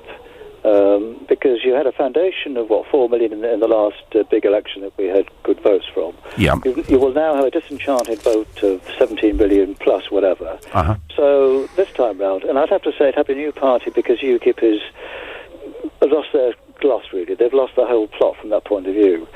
But you'd have to go into politics now rather than sort of go into UKIP. So I think you're the guy to lead it, and you'll have a massive following. And because the numbers are there, I think, for a new party, I think the numbers are there, and it just needs to be grabbed. And you talked about coming back into politics. I think now is the time to do it. James, UKIP were up in the opinion polls. You know, they were up from 3% to 8% a couple of weeks ago. They're back to 6%, I think. But you know, there is an uptick in UKIP support, particularly since the Chequers deal. But James, you know, my own position is I've always said I don't want to come back into frontline politics. I did that for years and years and years. It's a pretty miserable place to be. Most of it's awful, James, but it's necessary. But if Brexit continues to fail, I will get back to campaigning. That's certainly true. In terms of a new party, I do agree with you that there's more room for, you know, a UKIP type party that is pro-Brexit, pro-border controls. I think there's more room for that than there is a centre party. But do you think, James, on a slightly separate tack, but back to what we're supposed to be talking about, do you think there is room for Cable, for Blair, for Clegg, for others, maybe even Fiona Miller, to have this new centrist party? I don't think there's any room for it. I mean, they'll fantasise about having a new party that'll do something for them, but it won't. It'll just be another party that is saying the same old things. It's really the Lib Dems, etc., under a new face, a new guise, but it'll do nothing at all from that point of view. So if I was there, I'd say bring it on and let's fight it that way. Yeah. But, you know, the only way to reverse or to get back on track with Brexit is for UKIP or a party like UKIP, as I've said, to go up in the polls and for the Tories to go down to, say, 28, 29, 27. And that would then scare the MPs. And they'd start changing their minds about what to vote for and how to vote for it. They do need scaring, James, to get change. Thank you very much indeed for your observations and your call. Great text here. There is already a soft left, pro-Remain centrist party, Theresa May's Conservatives. Thank you very much. Steve on Facebook says, a party that does what it says on the tin would be good. Yeah, and let me just say this to you folks, and some of you are going to hate this, some are going to love this. Isn't it interesting? If you look around the world at leaders, you know, Macron's current support level in France is 36%. Angela Merkel's current support level is 33%. Theresa May's current support level is about 24%. Donald Trump's current support level is just slightly shy of 51%. And however much he's mocked and parodied and hated and loathed by some, he's doing well. And the reason is, Steve, he's doing what he said on the tin. He promised a series of things he would do. He's doing them. Some people love it, some people hate it. But they can't argue that he's not keeping faith with his own voters. And I think that, perhaps, is one of the things here that has led to this increasing disconnect between ordinary folk and the so-called mainstream political parties. There's already a centrist this is more serious, this one. There's already a centrist pro-Euro, pro-EU party, and Vince Cable leads it. The Lib Dems, it's a shame they messed it up. Well, they did, of course, have a great rise, but things did go badly wrong once they got into that coalition government. But the point is, I think Jiwa, who sent me that message, that what Cable could do here is to try to reshape the centre of politics, to try and get something that Soubry can join, to try and get something that some senior Labour people can join. I think there is some space for it. I really, really do. Because I don't think that Corbyn's problems are going away in a hurry. But I also see with the Labour membership, his position right now is pretty much impregnable. Simon on Facebook says, would you join the Conservatives if they, 1, offered you a job, and 2, could help with Brexit? If they offered me a job, Simon, well, they've offered me safe seats before, but I've turned them down on the basis the party did not stand for the things that I believed in. If I was to help them with Brexit in any way at all, I'd be better doing it not as a member of the Conservative Party, I think, in many, many ways. I certainly wouldn't. I couldn't be bribed by them, let's put it like that. And Simon, frankly, the prospects of this Conservative Party wanting anything to do with me under Mrs May's leadership are, to be frank, pretty remote. Nick is calling from Slough. Good morning, Nick. Hi, Nigel. First time speaking to you, fella. Well, very pleased to have you on the line, Nick. Is there... could Vince Cable... Is he about to break the mould of British politics? No, he certainly is not. I really don't think there's any need or space for any new parties. I mean, a serious question, Nigel. How many parties are already out there? How many have been formed over the last decade? Oh, loads.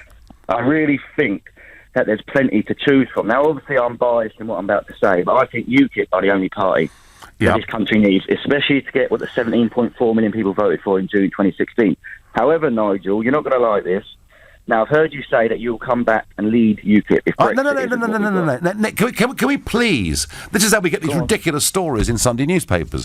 What I've said is that the UKIP leadership is up for grabs at the end of March next year. That's the time when Gerard Batten's position is open to challenge.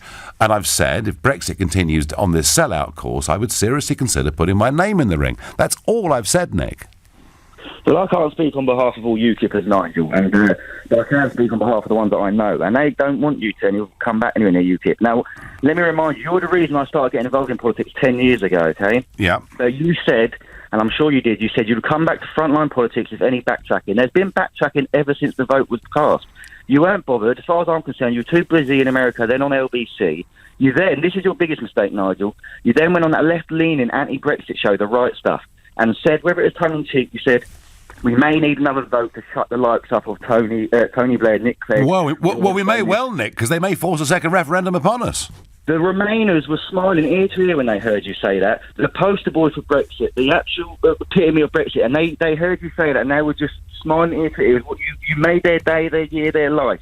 You really didn't need to say that. Nick, I was trying to alert people to the fact that a major campaign for a second referendum was on the horizon. And now we know that George Soros is funding it. I wasn't wrong, was I?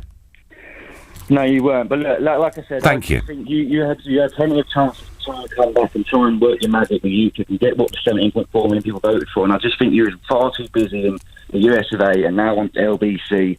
And I just think you're... Well, Nick, you're right. I haven't given my all to this. I only gave UKIP 25 years of my life. I should have given it a lot more, clearly. Nick, UKIP can carry on its current course, and it may well do extraordinary things. For my own part, I'm very worried about backtracking on Brexit. It's not all over yet. Something miraculous may well happen. Nick, I thank you for your call. Let's... reflect on what Nick said there. He thinks UKIP is the party, that it's got the right leader in the shape of Gerard Batten, and that is more likely to transform the political scene than anything Vince Cable is doing with Labour. Let's reflect and think about that. You're listening to a Sunday edition of the Nigel Farage Show, exclusively on LBC, and it's now 11:30 and time for the news with Lisa Aziz.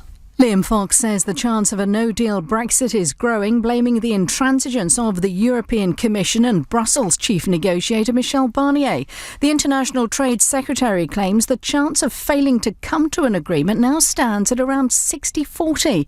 Detectives investigating the murder of a woman in Hartlepool have made a second arrest. Cleveland police say a 48-year-old woman's been detained following what they've called the targeted attack on Friday night.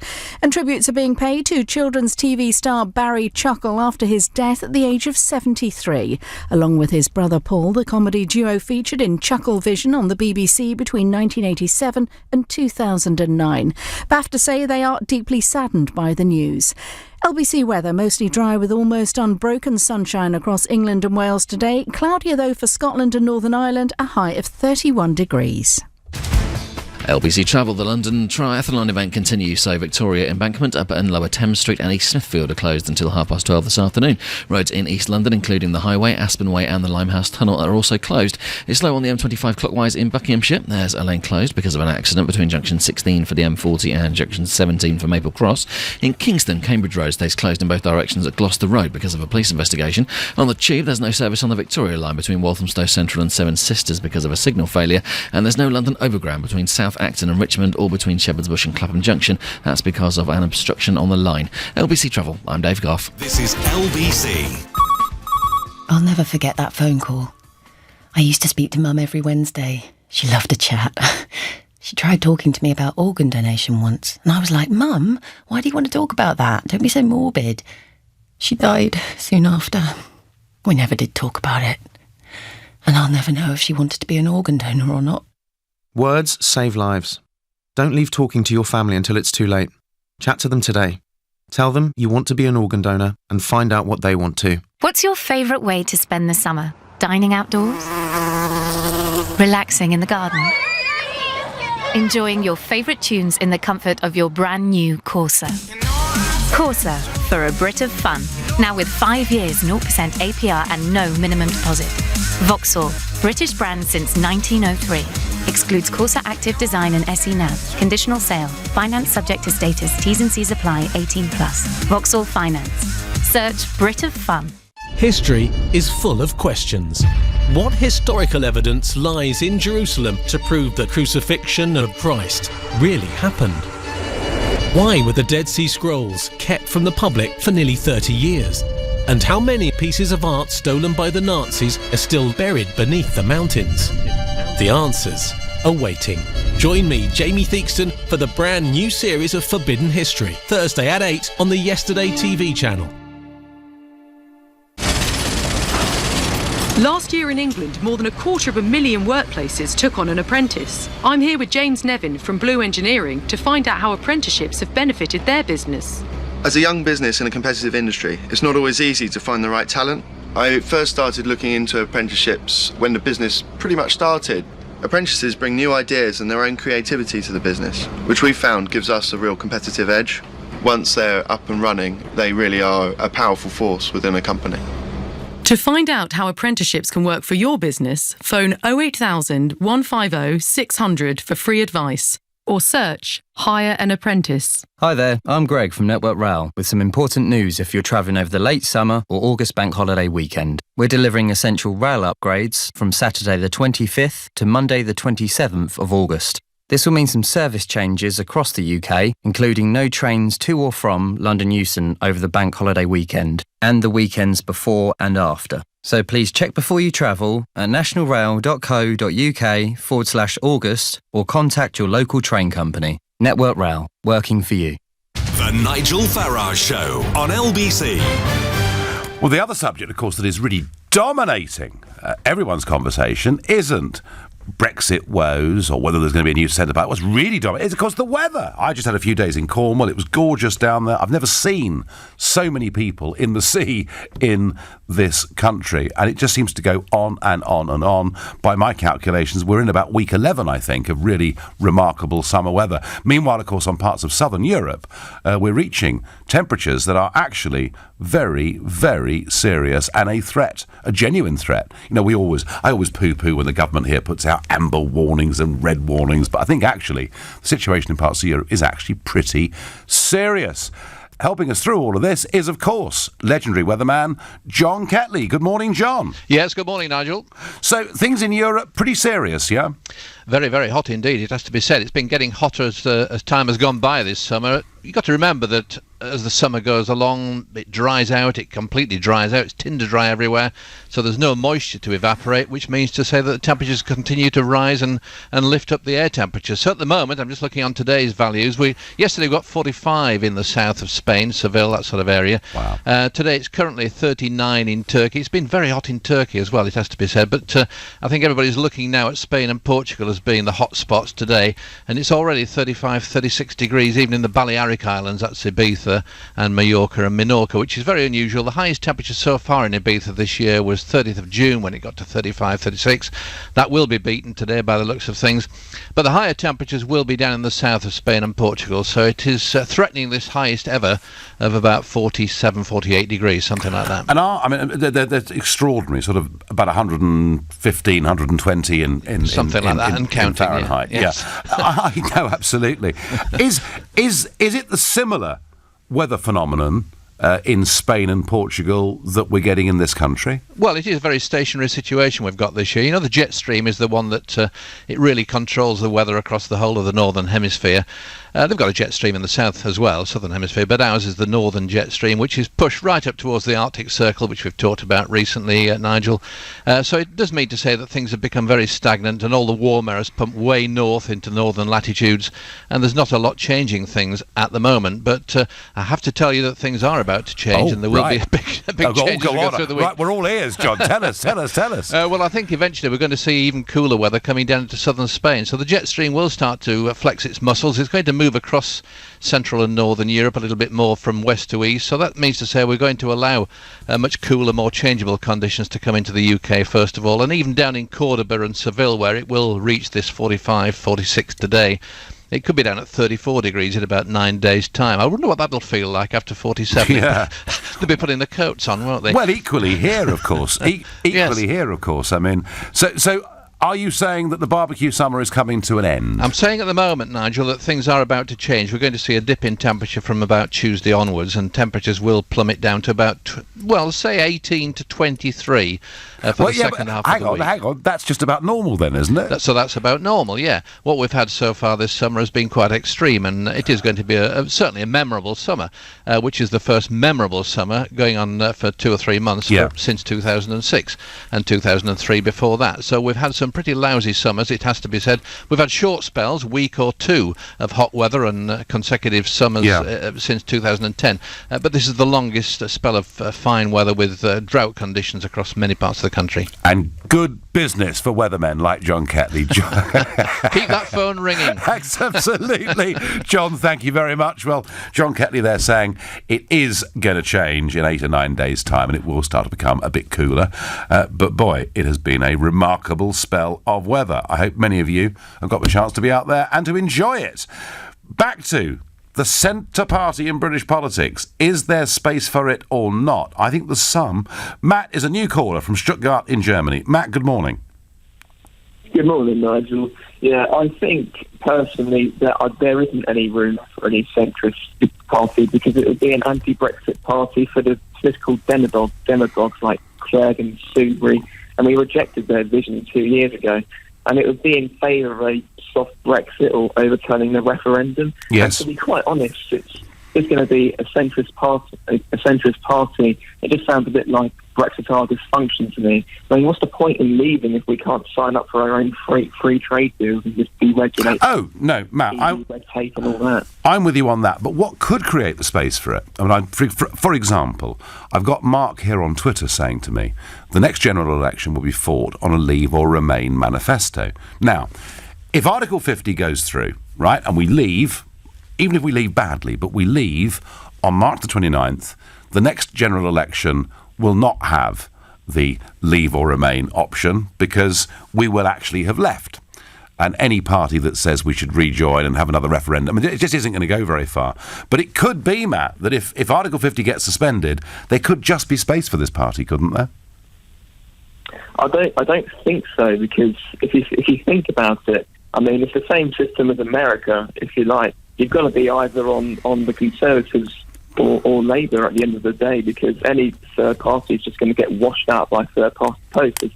There's no question of that. I mean, the Liberal Democrats peaked in 2010 when they were in coalition with the Conservatives, because everyone was disenfranchised with, Gordon Brown and the financial crisis. But it's tough. It's tough to say. Hey, Matt, we're very well for one, but I doubt if you are talking, Matt. Very well for them. You are talking to the one person in the history of the British electoral system who got the most votes for the lowest return. So I know all about the first past the post system. I really, really do. Okay, Matt, thank you. And Matt thinks there isn't too much room for them. Look, I'm not saying it's going to be a huge political party, but it could. Who's to say? The Lib Dems, let's say they're on 7 or 8% now. I think if they were to get other people in with them, with a new sort of rebranded centre party, they might get to 15, 17%. I don't see them going up to 25, 30%. That's the point that I'm making. There is some room, but not much. But what do you do? I mean, tell me, if you're listening to this and you're a Blairite Labour voter, you've got Jeremy Corbyn, a leader, who you think has taken the party not just on a leftward direction, but perhaps in a rather dark direction in terms of some of the people and friends around him. You don't like Brexit. What do you do? Do you vote for Corbyn's Labour Party next time round? or do you hope for some kind of accommodation and deal with Vince Cable? I don't know. Brian is a new caller from Hornchurch in Essex. Good morning, Brian. Hello, Nigel. Nice to speak to you. Good to speak to you. So is there space for this new centre party? Well, I can only assume that they're trying to hoover up the Remain votes, and obviously further down the line they won't be there, so I don't think it'll last for long, personally. OK, so you're confident, Brian, that Article 50 will happen, we will leave next March? No, I'm not confident, really, because I think they'll try to extend it. This is the plan. But can I just say, the last general election we had, I think we're looking at it the wrong way, because Theresa May was expecting to get a huge majority. Now, just imagine if she had got that majority, she'd been railroading through everything that she wants to do, and we wouldn't have any way of stopping her. No, well, but I mean, who's stopping her anyway? Well, we're trying to stop her doing it, but there's no, in Parliament, there's no help to leave, is there? Brian, to me, I'm just astonished that we've reached the summer recess where they're still in position. I really am astonished, and particularly given Labour's problems.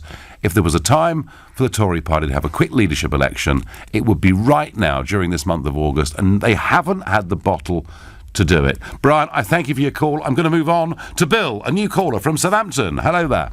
Oh, hello there, Nigel. So, is there room for this party? Can it succeed?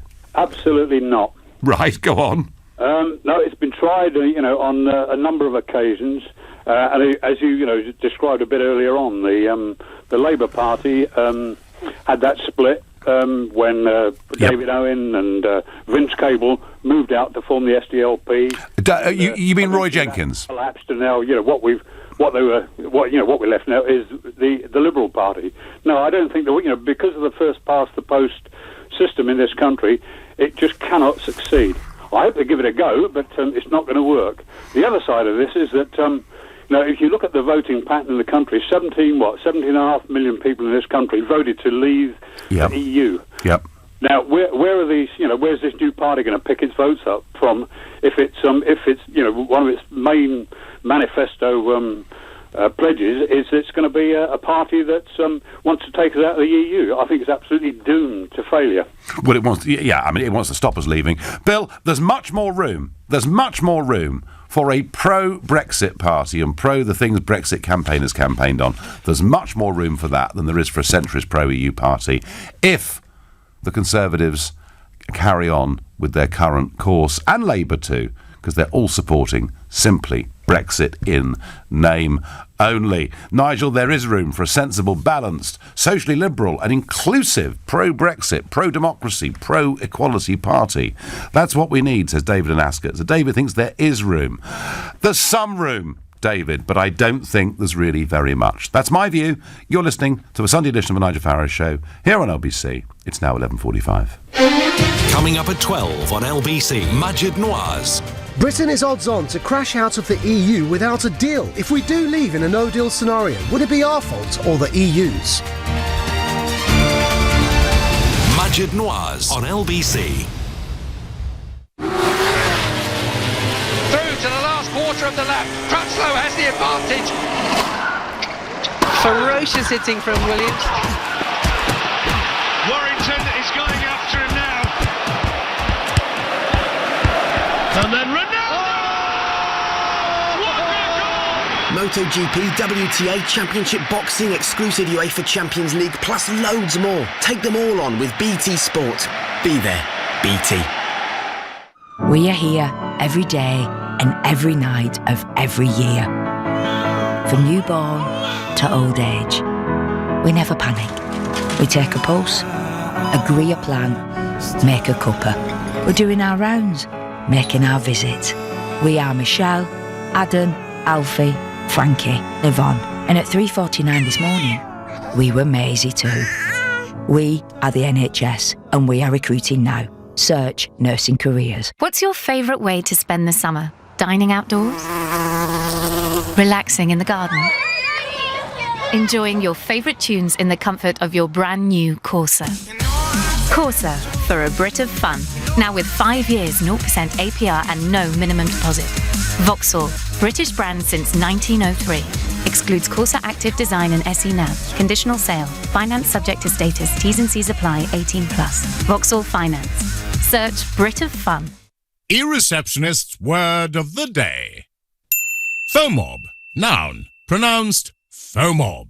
Fear of missing out on business. I won't be able to answer my phone when I go into that meeting. What if a client calls? What if a new client calls? And it's a new contract?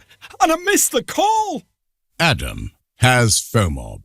Fortunately, E-receptionist manages and diverts all your calls, meaning you never miss an important opportunity. Sign up for a free 30-day trial now at ereceptionist.co.uk. Fight the FOMOB with E-receptionist. T's and C's apply. Free trial cancellation required to avoid charges.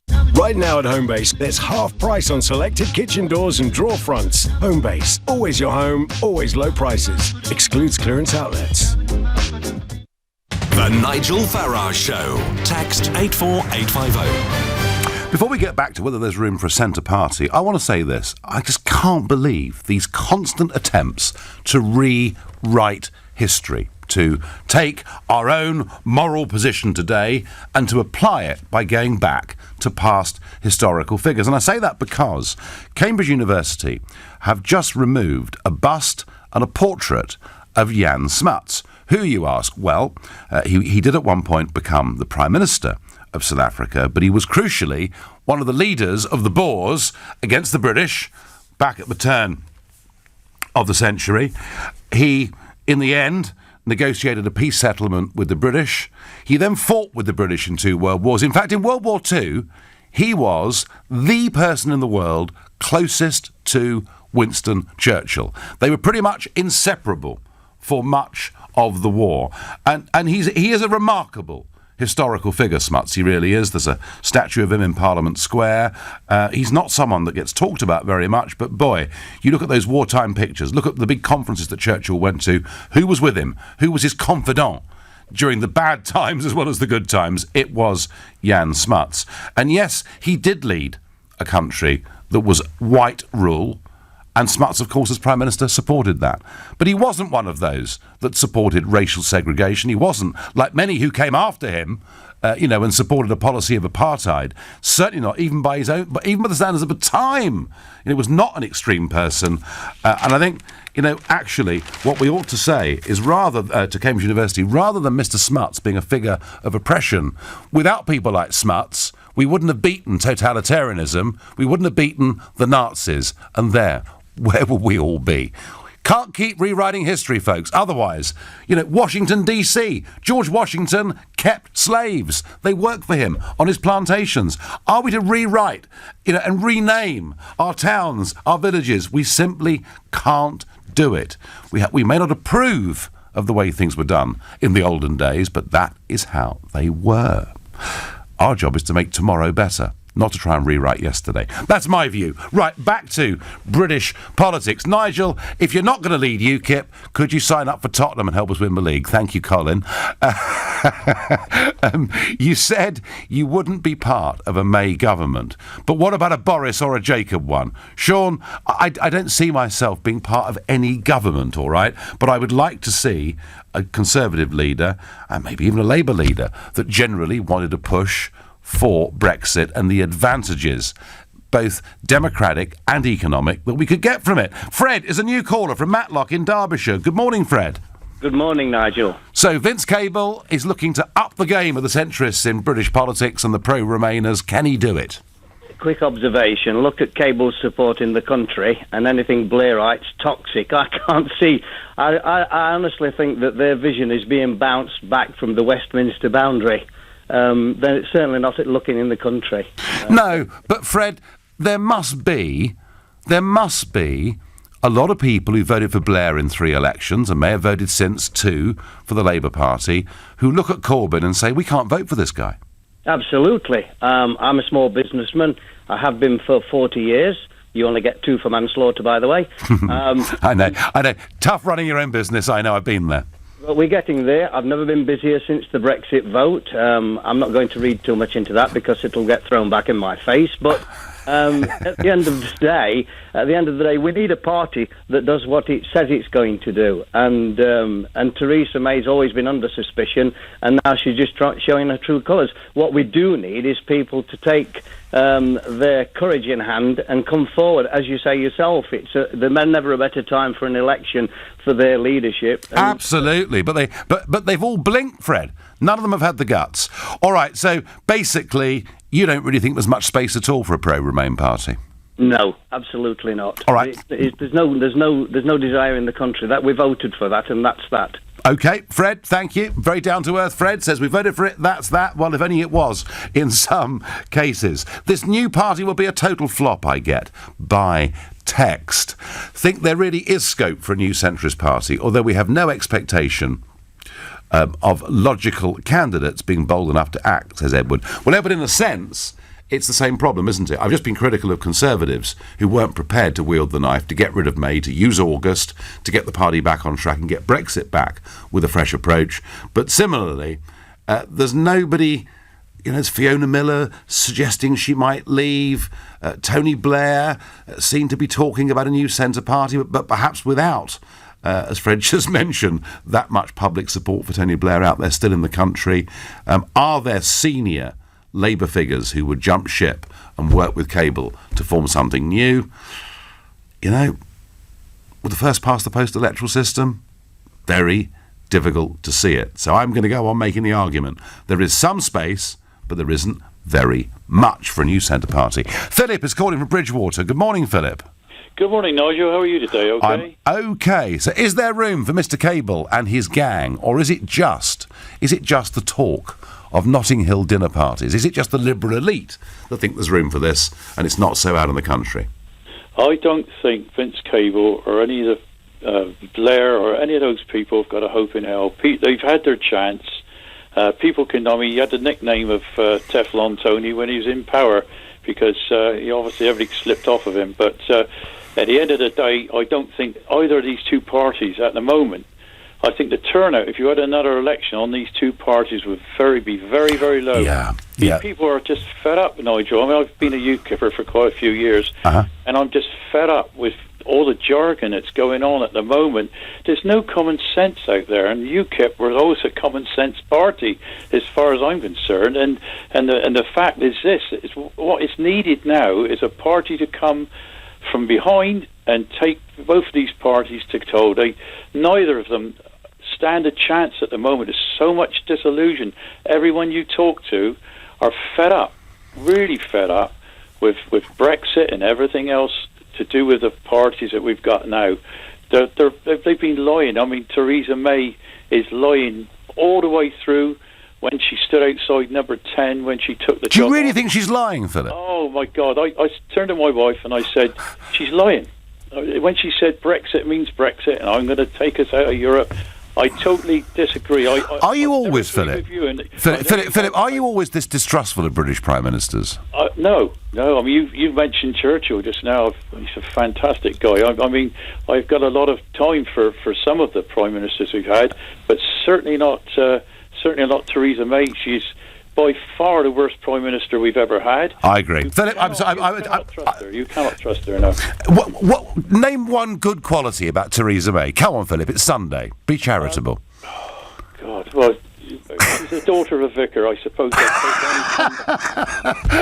the only thing I can think of. And Philip, finally, you talked about disenchantment with the two parties, about turnout maybe being a lot lower, and I do agree with that. Yeah. You were a UKIP supporter. How do you feel UKIP's doing now? I feel, I'm glad to see we've popped back up to about 6-8%. I honestly believe, and I know Mr. Batten's not going to like hearing this, but I believe that if you were in front of us now, I honestly believe now there is a big future for UKIP right now. I honestly believe that because Philip, thank you. Thank you for the call. Philip thinks there's a big hope for UKIP. Well, I think there possibly is. Depends how Brexit finishes up. Depends whether UKIP can go through the internal reforms that it clearly needs to go through.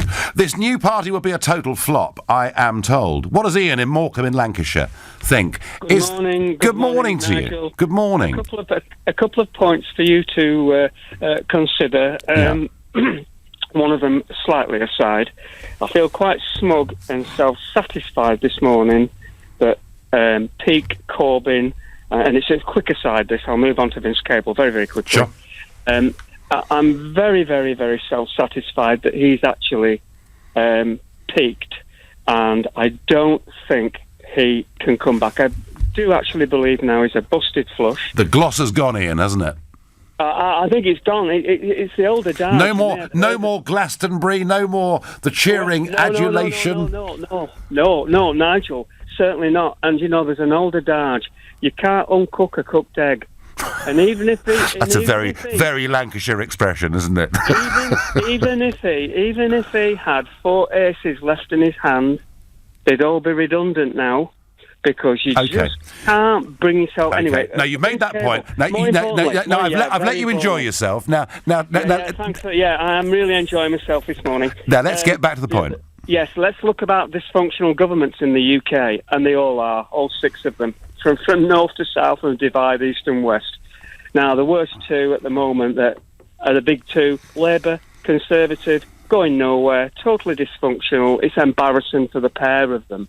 Now then, are you telling me that you could separate some parts of the Liberal Democrats and the probably slightly left of centre ex-Tony Blair politicians and bring anything truly about? All you're doing is bringing extra dysfunction on top of what is... But what I'm arguing, Ian... Dysfunction. But what I'm arguing, Ian... is there are millions of people out there who voted for Blair, who like Blair's policies, who are, in fact, social democrats in many ways, and who are looking at this anti-Semitism row that Corbyn appears to be incapable of ending, and are saying to themselves, what do we do? Surely with all those millions of people, and with the fact that the Liberal Democrats exist, and they're there on 7 or 8%, surely there is some potential for a coming together. What about first past the post with this ridiculous idea when it didn't work in the Michael Foot era with when the Lib Dems came together? They could not actually manage to do anything. No, they couldn't. Post. Ian, you're right. The biggest barrier to all of this, the biggest barrier to any genuine change in British politics is the first past the post system. Thank you very much indeed to you, Ian, and to all of you this morning. You've been listening to the Nigel Farage Show. I'm back tomorrow night at 7 p.m. At 3 this afternoon, it's Ian Payne. But up next is Majid Nawaz. Thank you, Nigel. Coming up, a new opt-out system for organ donation will be in place by 2020 in England if Parliament approves Max's law. Do you agree that we should all be presumed to be organ donors unless we explicitly opt out? Before that, young people are expected to be turning their backs on university education. The exodus is being led by young men whose applications to university are at their lowest for 3 years. Are we guilty of attaching too much importance to graduating from university? But first, International Trade Secretary Liam Fox has said that Britain is odds on to crash out of the European Union without a deal. If we do leave in a no-deal scenario, would it be our fault